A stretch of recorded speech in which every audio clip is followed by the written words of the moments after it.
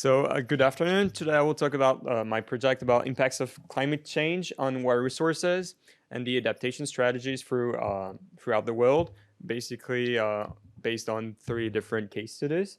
So I'm Aure Dreyfus from Paris Engineering School. So quickly, some definitions. What we actually mean by climate change here is long-term shifts in temperature and weather patterns. So this is the definition of the United Nations, and we know now, thanks to the IPCC reports, that it's basically in big majority related to human activity.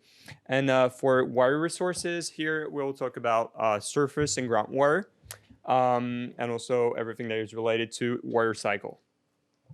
So before going into the free case studies, I will talk a bit about the projection of water resources around under climate change hypothesis. So first of all, there will be a population growth by 2050, and this growth will also be related to the different RCP scenarios. So it's related to how the temperature will evolve through time and how we mitigate climate change. So it will increase between 22 and 34%. Then about the surface water, that is basically related to the increase of related to precipitation. So the question is how to predict future precipitations.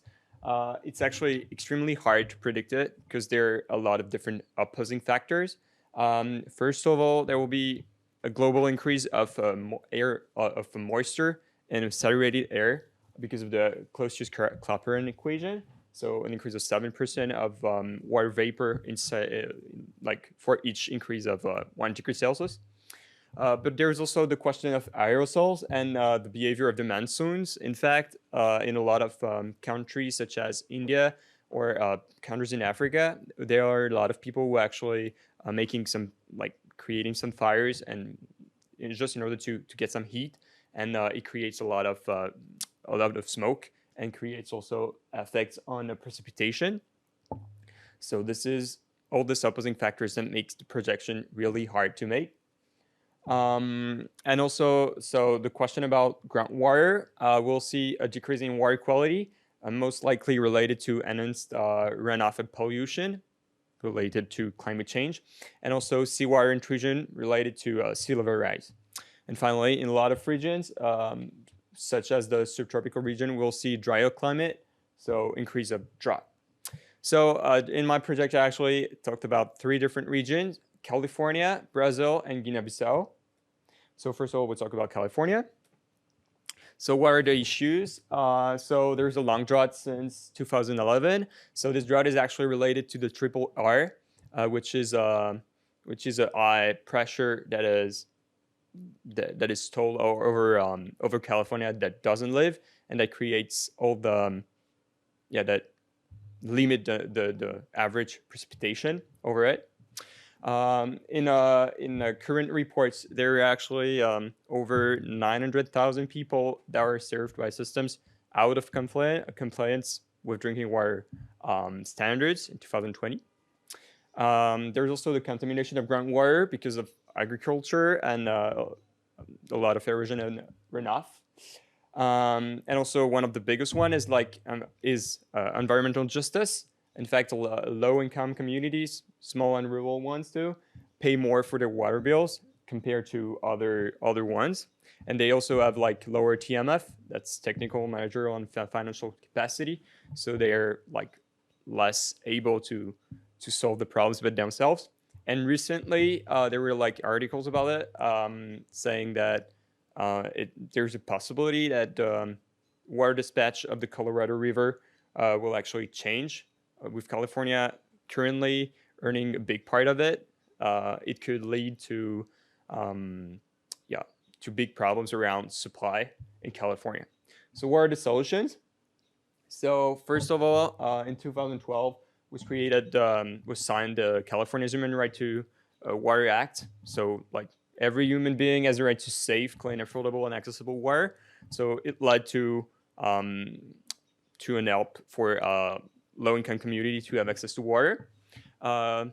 This is also in link with funding programs around, such as the Safe and Affordable Funding for Equity and Resilience program, that is over $130 million over 10 years. And this is to improve the current systems and also make the water affordable for everyone. Because like with the enhancement of systems, it will like leads to an increase in prices, and also because of like droughts and like similar events, it will also lead to increase of water rates. The state water board is also actually thinking about merging the systems, so with local systems to a larger one, like small communities to big systems, in order to reduce the burden that is like inflicted on these people. And finally, in order to develop new water supplies, a lot of wastewater treatment plants are actually improved or built in order to improve like recycling and also desalination. About Brazil now. So the real problem with so there are a lot of issues with Brazil too. First of all, there's an uneven distribution of water resources throughout the country. Basically, water is coming from the north and west part of the country, and is used mainly for agriculture, energy, and transportation in the east part and south part of the country. So long distribution systems are needed, as in California, basically, with water coming from the north and being used most in the south. There is also a lot of government issues because of extreme fragmentation of administrative levels. There are actually 4 different levels that don't communicate that well between them. Lack of funding, and also a big problem about like water quality, because like only half of the water coming from the wastewater is actually treated before being discharged in water in the water bodies. Poor planning. The government is more like reacting to issues rather than creating prevention around it. And there's a really important statistic that around 92% of the population will be at risk of water security by 2035 if nothing changes. So what are the solutions for it?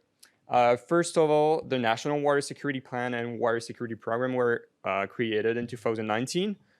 Those one actually created a fund of $5 billion in order to invest in new systems, more sustainable ones, and also to maintain and operate them.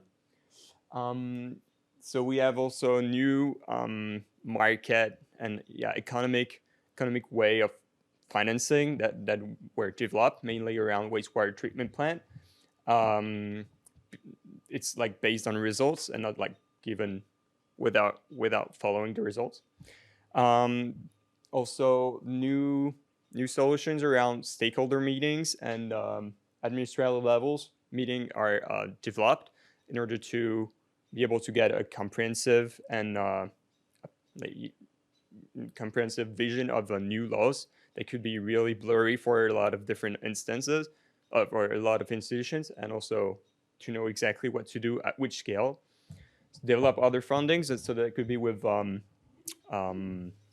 international collaboration, or even within sectors. So use more funding from the energy sector to translate it to water sector. We've also seen a lot of affordability safeguards for water rates recently, in the recent years. And also there's a question of shifting the mentalities from reaction to prevention when creating programs. So finally, about Guinea-Bissau. So this is a country in Africa, in the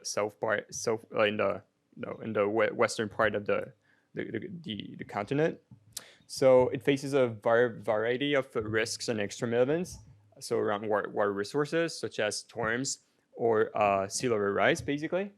Since 1961, we've seen a decrease in average rainfall that leads to drought.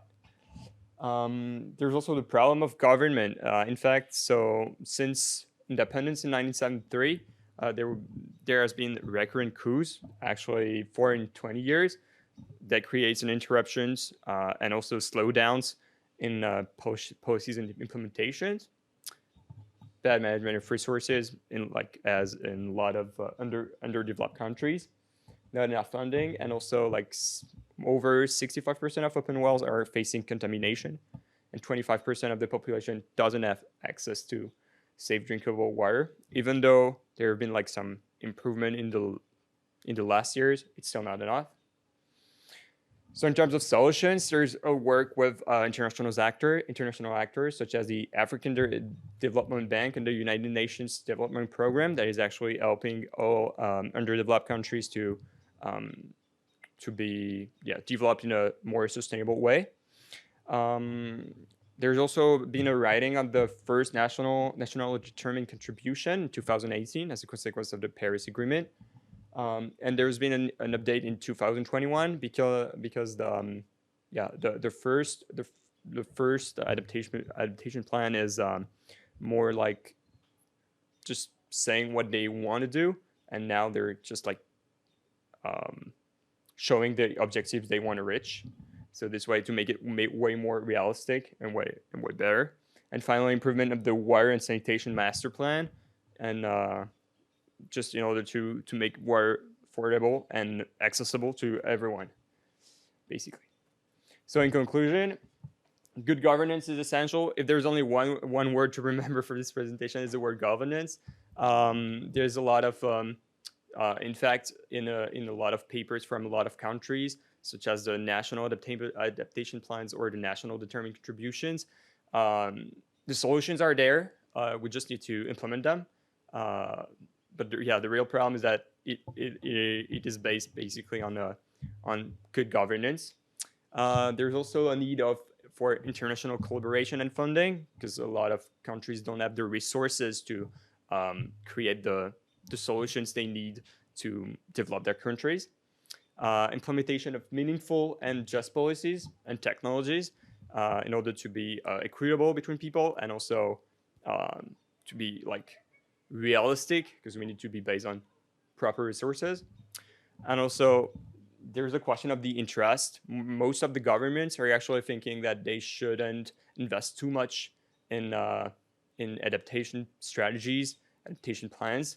But one thing they should actually think about is that it's more cost effective to act now than later, because the climate change will just like increase the problems and so enhance them. And so in a way, would just like increase the costs. So they need to act now. And finally, we'll need all global efforts to adapt to and mitigate climate change. Thank you.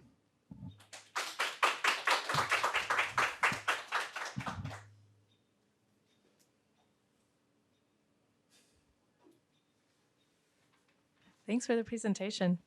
I'm wondering if you could talk a little about, if in your case studies, if you have examples of positive signs of any of the solutions being implemented, because that is so political. Like, I'm just thinking of the California case, and we've got like this arcane water rights system in California, and then about who gets access to the water legally speaking, and then all these different agencies. So we're talking about like fragmentation of political entities and regulatory agencies, along with like some people not even agreeing that climate change exists and is an issue. Okay. And then we have the agricultural, industries competing, saying we need all this water, we're the economic drivers of the state, versus like residents, versus like fish and ecosystems. And so I guess I'm just wondering, given all that political controversy, and given that, at least hopefully the U.S., thinking of political stability, hopefully we won't be having a series of coups here. But given all those political challenges here and the ones you cited in other countries too, like, do you see some examples of some positive implementation that's happening? And if so, are there lessons for other places for how they might pursue some positive adaptations? So basically, in a lot of, basically for Brazil, I'm thinking about it. So first of all, I mean, there's also some special events that make bad things more visible. So I'm just thinking about the Olympic Games, for example, in 2016 in Sao Paulo, where we just saw that a lot of people, they didn't care about the environment and stuff. And so we've seen a lot of improvement on that point, like, for example, water bodies becoming more treated than they were. even in California, so that's not, it's more like governments taking more actions toward people. So that's what we've seen in the last years. It's just like, yeah, they create incentives just to make sure that they shift the economic importance to like human importance. And I mean, in some countries like such as Guinea-Bissau, we haven't seen that yet because of the lack of governance. But I mean, the solutions are there. Yeah, the real problem is to implement them. But I have the feeling that just creating adaptation plans and sticking to them or trying to stick to them is a good good way to go.